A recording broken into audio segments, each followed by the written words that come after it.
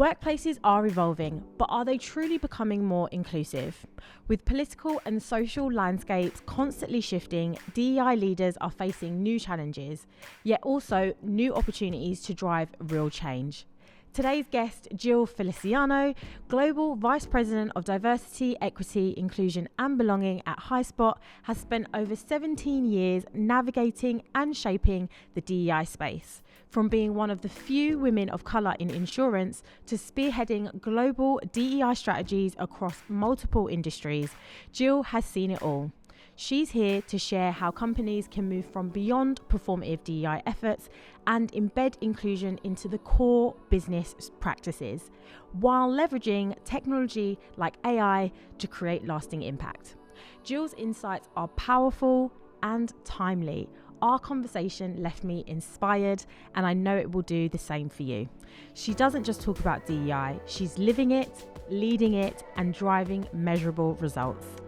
Before we dive in, a quick favour. If you love these conversations and want to help us continue bringing impactful stories to light, hit that subscribe button and share this episode with your network.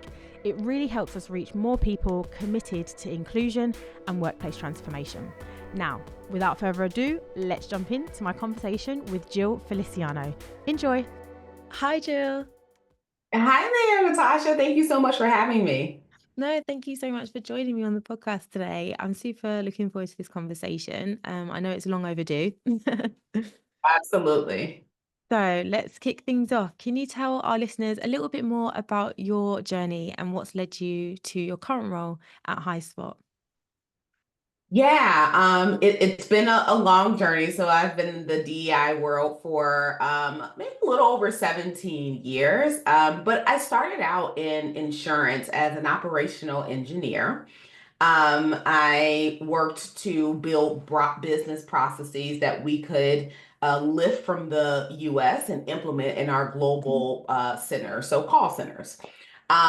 Love the work. However, I was keenly aware that in the insurance industry, I often navigated rooms as the only woman, sometimes only person of color. I'm neurodivergent. I'm a mom. I'm all the others that you can probably think of. And, Natasha, it was really challenging for me to find my voice in those spaces. And I was lucky enough to have a mentor who truly championed for me, understood not only the skills that I brought, but my passions. And together, I partnered with that champion to help develop and really shape a role that brought out the best of my passion and my business acumen. So I left operations and moved into diversity recruiting. Now, at this time, DEI wasn't a thing. Those letters, the acronym did not exist. But it was more of an HR program, making sure we're compliant, right? That type of thing. But I led diversity recruiting for that company for 3 years. And from there, it was great bringing in diverse talent from different backgrounds, different types of schools, socioeconomic backgrounds, education types. But leaders were having challenges understanding how to integrate them into the culture and how to create meaningful culture that actually would allow them to benefit from the diversity. So then I moved into a little bit of like executive leadership coaching by accident, just naturally, right? Because we needed, leaders to commit to that program.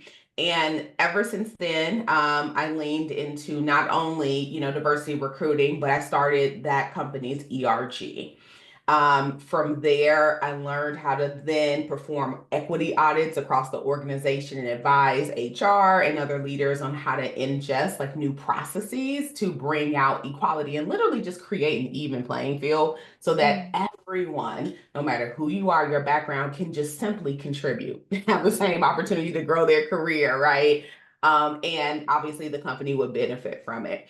So ever since that first stint, Natasha, I've spent the rest of my years leading global DEI strategies across 7 different industries from IT, education, marketing, consulting. Like I've been there and done that. And I've really seen this work evolve from an HR program to a must have and a necessity, understanding that, humans come to work every day.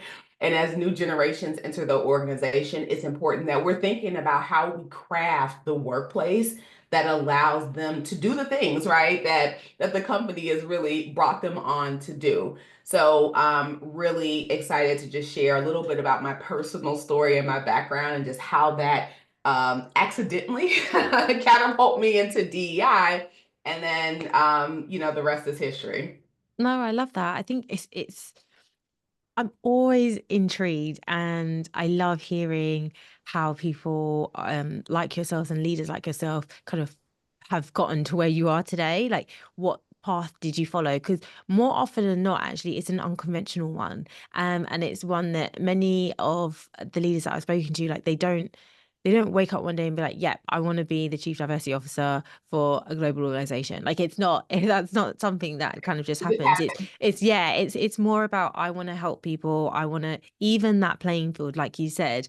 And in turn, following those sorts of passions and goals in turn leads you to where you are today as a DEI leader. So that's awesome. I mean, you've touched on it a little bit in what you were saying in terms of that evolution, right? I mean, the political and social landscape is continuously evolving that we're in right now. And more importantly, more recently, there has been quite a big impact on DEI efforts, I think, across all industries. So from your perspective, like, how do you see the current events that are happening in the world today impacting DEI and it's shaping the way that we work? Yeah, I mean, that is a really great question. It's something that is top of mind for all DI leaders right now. But I would actually put it into two buckets, right? So the first is that, if you've been doing this DI work for a while, you understand that there are always friction points, right? What we're experiencing right now regarding the political landscape and kind of this anti-DEI movement, some would call it, has always been an agenda. This is not new. What's new is that now it's publicized. Now it's, louder because people can read about it. People are more interested in kind of this, post George Floyd woke movement. So I just have to say this isn't new for us. And these strategies and these tactics have not been successful in diminishing or destructing DEI. However, it is causing friction. So this anti-DI movement just isn't new for a lot of us who've been in this work for a while. But what's different is that in the, in the light of post George Floyd, there is a heightened awareness of DEI, right? So now it's on everyone's radar. People have, not only taken interest in it, but people are starting to study it more. And now it's getting media coverage. People are writing articles, right? And people are also trying to take that information and drive policy changes either at the government or at the corporate levels. So that's what you see happening here. However, I can tell you over the years of, some of those trends happening, it has never successfully dismantled DEI, and it won't this time. Now, I do acknowledge that it has caused some tension and challenges. So here, in the US, with our Supreme Court overturning affirmative action within college admissions was one of the catalysts to challenge corporations to really think about what DEI means. And I think there are people who are afraid or have um, alliances, right, to folks who have these hidden agendas to really dismantle DEI, and it's starting to take a toll.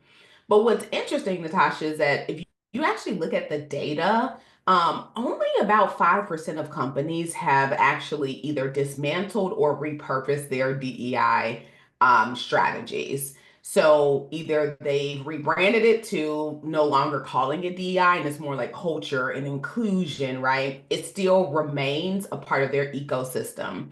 So I think that's a really interesting data point to share, right? About what's really changing versus what's hype in the media. The second thing to recognize is that as we continue to evolve and bring new generations into the workplace, I'll tell you, my favorite generation of all times is Gen Z. So 83% of Gen Zers consider DEI when they're looking for their next job, right? They want to understand the commitment to not only social justice, but just equity, inclusive benefits. They're also looking at things like, how are we focusing on climate change, right? So that generation very much is mission driven, and it's a part of their core values and their DNA, right? And I love that. So I think we as employers will have no choice but to continue to work and evolve this space. It may look different, it may be in a different packaging, you may slap different letters on top of it, but the work still remains. And it's critical to ensuring that humans are whole, they're healthy, and they can show up and do the work that's critical to drive business outcomes and land profitability for those companies. So that's the reality of it. We will continue to experience bumps throughout, the tenure of DEI, but still it will remain. No, I agree. I think you touched on a good point, actually. It's like you might slap different letters on it, or it might look differently. Because I do feel that language is now starting to play such an important part in how we can continue to move forward with our efforts, our DEI efforts, which I think in the initial stages, especially considering after the tragic death of George Floyd, I think everyone was very hyper focused on diversity, diversity, diversity, and in that then came, oh, we need to make sure that we're providing like equitable outcomes where everyone feels they're included here, and so then you've got the E and the I, equity and inclusion. Since then, you've then seen it, everyone talking more so about, well, actually, if you start with inclusion first, diversity will just naturally follow, and so on. And then you've got all the different acronyms there are now today as well. So I do think that either way, whatever acronym you choose to use, whatever language you choose to use, it's still the common goal is to ensure that when people walk through the door, they feel as though that they belong there, they feel respected, valued at their organization. And these are all the things that we're trying to strive for, I think. It'd be interesting to hear from you. In what way do you think the role of the Chief Diversity Officer is then going to or needs to evolve, considering the resistance that's being felt right now, and the fact that it's still the same work that we want to do, but it might need to be repackaged?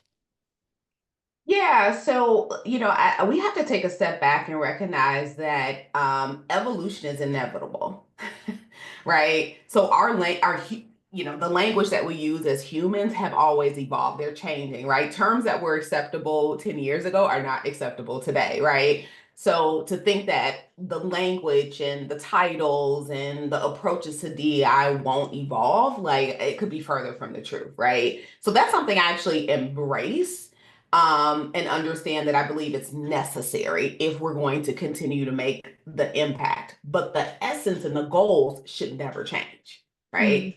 That is what drives the outcome that people actually feel when they sit in their seats every day. They're having conversations with their managers and their peers. They're having equal opportunities to learn and grow and advance and contribute. So I think that's really critical. But in terms of the evolution of the CDO role, you know, um, I would say two things. I think one, chief diversity officers are learning to be that much more strategic and focusing on how to um, weave DEI into the core of the how the business operates. Okay. If you can do that successfully without, slapping a DEI label on it. So if you just change a point in the recruitment process that brings equity, like it brings equity for everybody, right? Not just one group, but literally just change it. And it is naturally a part of just how the world works. So I think how we actually talk about it and then our intention in integrating it into just the natural rhythms of the business is going to be key. Because if you can do that, you can no longer unstick DEI from the fabric or the DNA. So I think being more strategic about how we position it, but then how we actually naturally embed it in the touch points of employees' experience is going to be critical. I also think that we have to continue as CDOs to bring data and insights to those executive leadership rooms and board meetings to help connect the fabric of how culture is an input to driving profitability.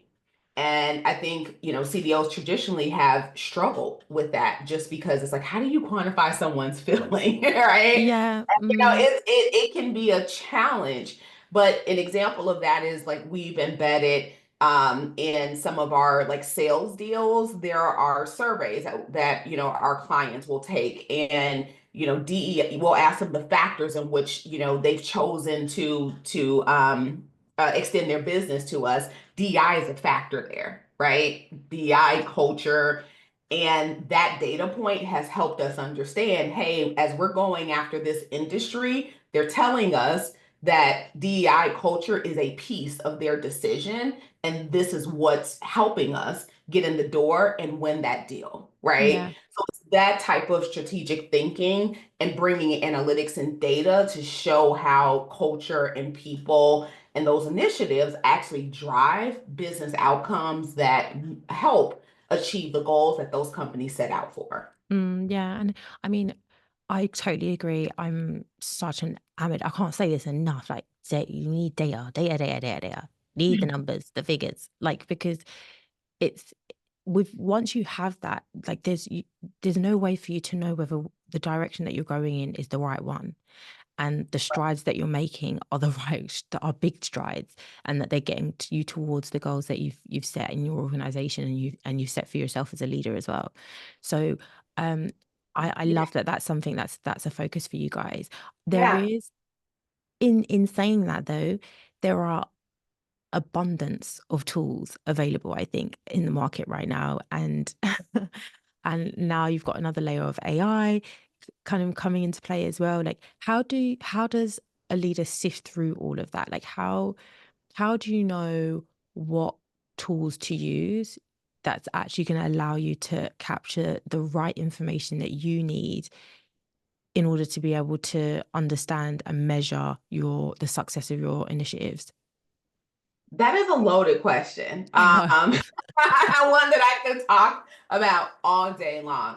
But right now, I am extremely obsessed with integrating AI into advancing and really driving velocity and DEI outcomes within a company. I actually think it's a game changer.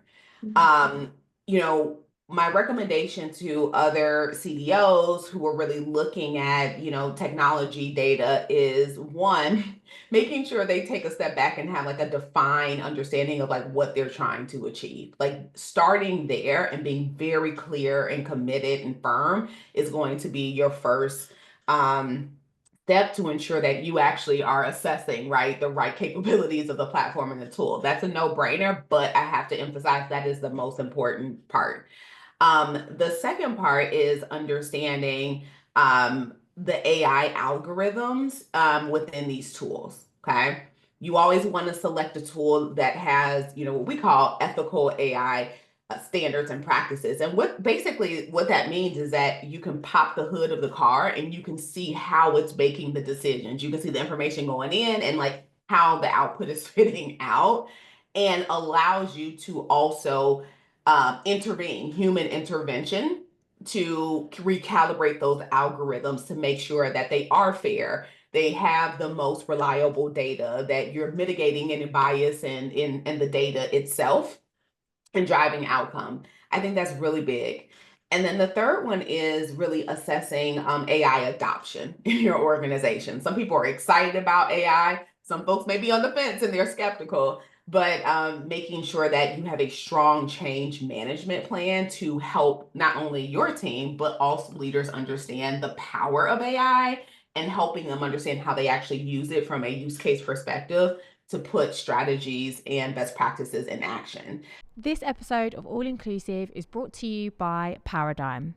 the platform that helps companies build innovative, high performance workplaces for everyone.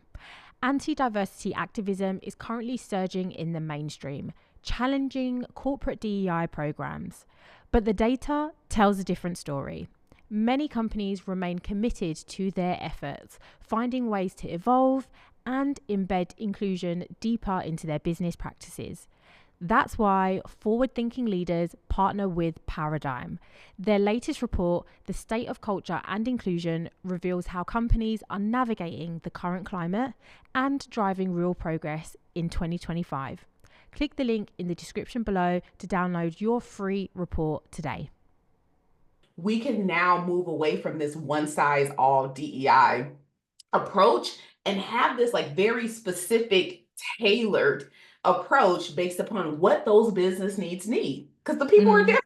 Means the strategies need to be different, right? And they need to be very thoughtful. And a lot of DI teams are stretched, right? Like, if there are some that are reducing, head count. And if so, you actually need technology to supplement and help you focus where they need the expertise the most, Yeah, right? definitely. One other example, Natasha, is we've recently implemented an AI chatbot, which is like a personal inclusion assistant to each and every employee, right? And let's be honest, inclusion shows up when we are, as individuals, holding ourselves accountable and making a choice to do the work, to learn the behaviors, to execute on the behaviors. But it can be tricky depending on where you are on this journey, depending on your workforce and the training that you've had. So now when folks are writing emails, right, they can use this chatbot to scan, hey, can you help me write an email that is inclusive? Or I have to deliver some really tough feedback, right? Here are the things that I need to say, but I want to make sure that it's inclusive, it's fair, it's equitable. Help me craft that email. Or there is a world crisis there's a war, right? Or a natural disaster. And I want to write an email to my team. I don't know what to say or how to say it. I don't want to take positions or sides. Like, help me write this, right? So that it lands. So it gives them this like day-to-day insights and support and driving inclusion with that very thing that they're working on that day, right? And I think that is also a game changer, because scaling learning and scaling things that help everyone's day-to-day use cases is so challenging, because sales has a different day-to-day experience than human resources and product and engineering who's writing code, right? Like, so how do you meet the needs of all of these diverse business units? And the AI chatbot has been a great way to bridge and empower people to lean into this work. Oh, that's awesome. Well, I'm so pleased that you've been able to really leverage technology in order to really advance Highspot's culture. It sounds incredible.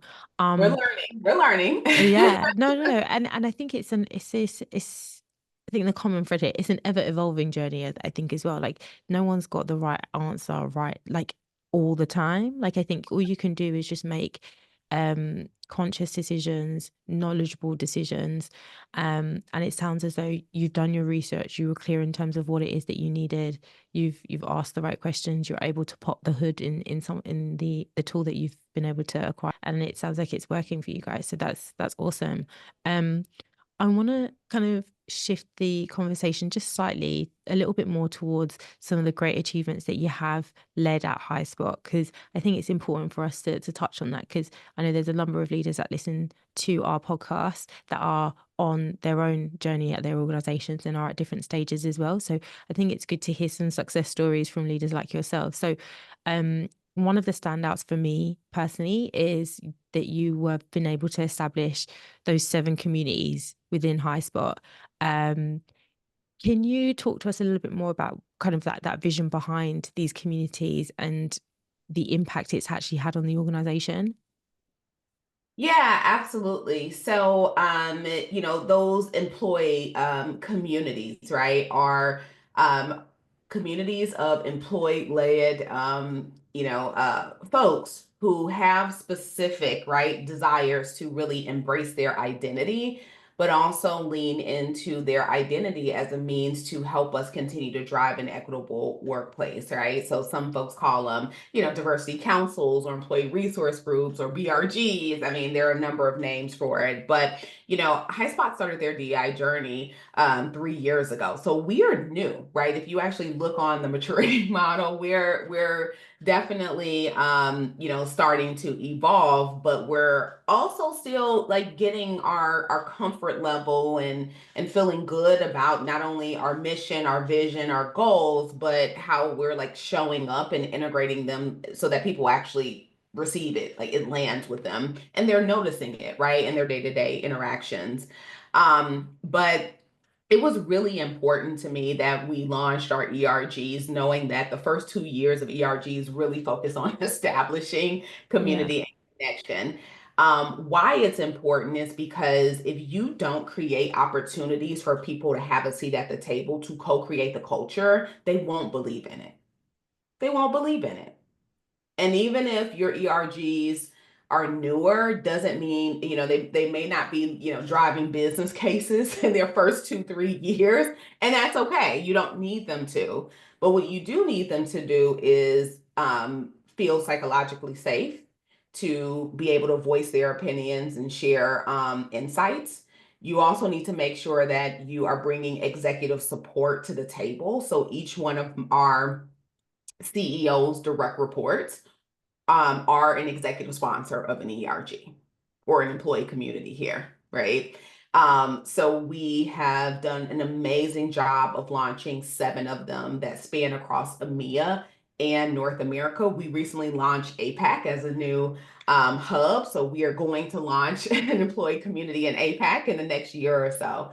But what I can say is the insights that those ERGs gave us in terms of the promotion process within Highspot challenged us to think about how we actually re-engineered that process in a way that we felt yielded better equitable outcomes. And their feedback, merely in partnership with myself and our amazing people and organization development team, rebuild aspects of that process that led to an increase in BIPOC talent and leadership roles by 27%.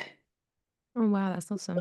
Feedback, right, Mm. from that group that shed a light on where we needed to look and then challenged us in our own assumptions of how we actually define, promotion standards and how we communicated that and how we set managers and their teams, up for success.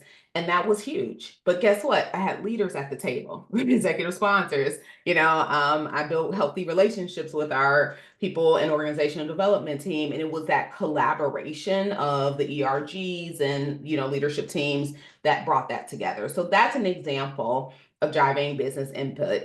One other example is, we continue to strive to create our platform. So we are a SaaS company. So we want to continue to be equitable in terms of some of the outcomes that we are building within our own AI in our platform. Mm. So we have really focused on achieving or going after customer segments that have expanded kind of some of our features. So for instance, insurance and banking industry, right? So we've pivoted and they are now on our radars and our preferred, kind of customer tier. However, if you actually look at a lot of those industries, they are really working on creating accessible technology for those with disability.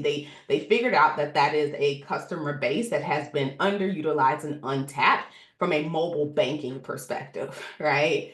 So Yeah. what they've done is they've created internal programs to bring in those with diverse abilities into their workplace, right? To help them bring new products and solutions to that customer base. So what does that tell us as Highspot? We need to build a product because they're right, their Mm. employees are using our products. So they're telling us that they're more diverse, they have different abilities. So now we need to be thinking about accessibility in our product, right? Tying it to the bottom line also.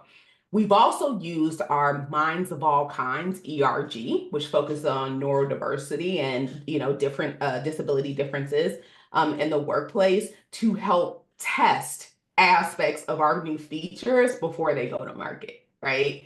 So that's another example, as to how we're showing business input and how we're actually benefiting from diversity that ties directly to the business outcomes we're trying to drive.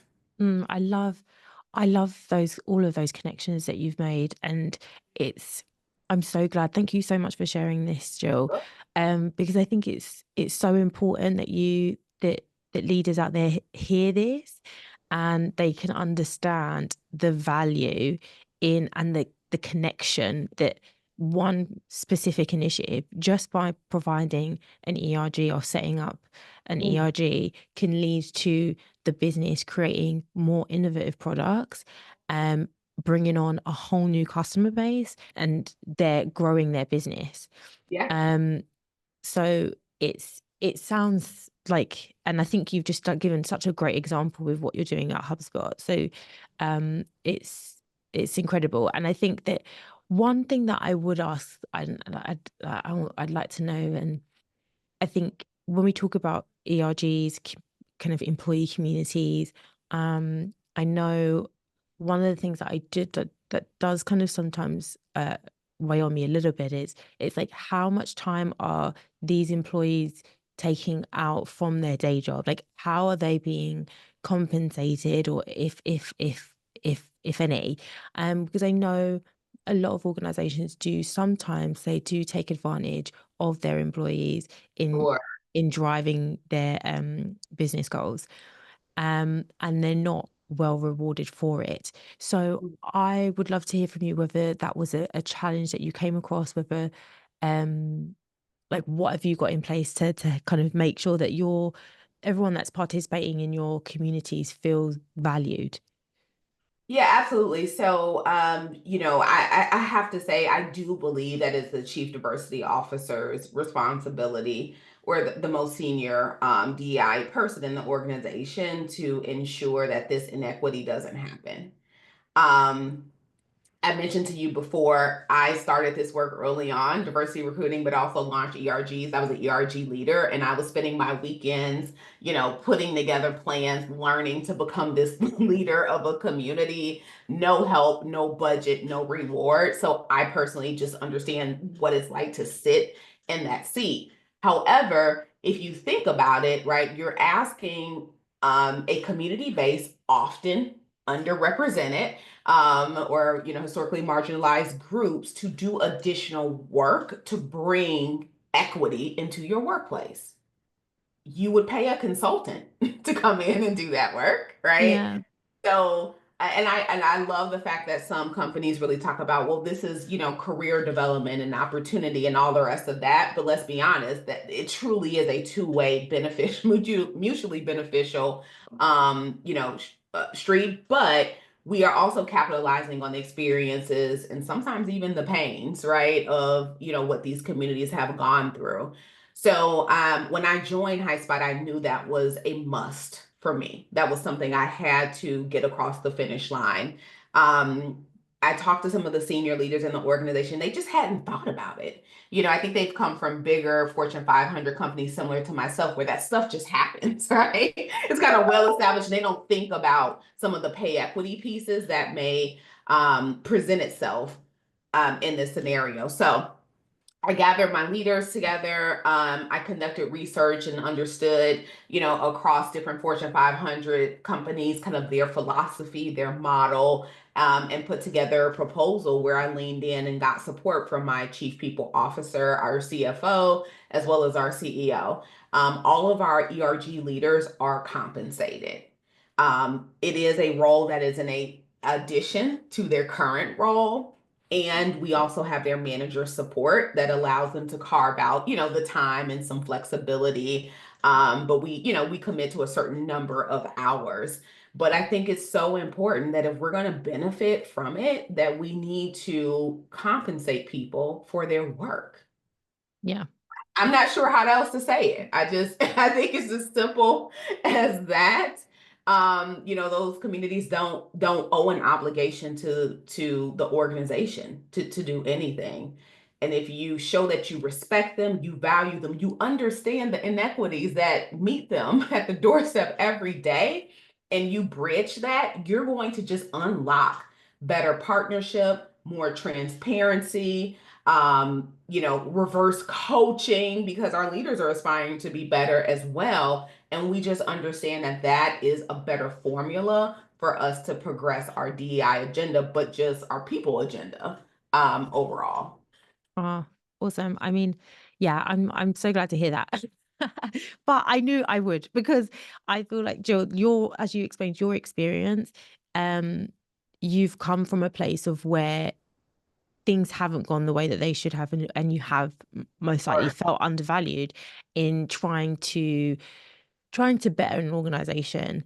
And so I think it's great that we have leaders like yourself that are able to understand that and can put the right things in place to ensure that anyone that is taking part in an employee community or is a leader of an ERG is well compensated, and they understand and they feel respected and valued in doing that role. So that's awesome.